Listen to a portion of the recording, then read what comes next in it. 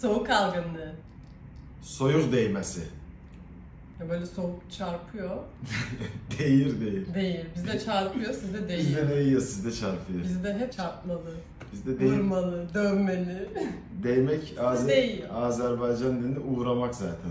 Ateşim var. Kızdırmam var. Kızdırma. Öksürmek. Öskürmek.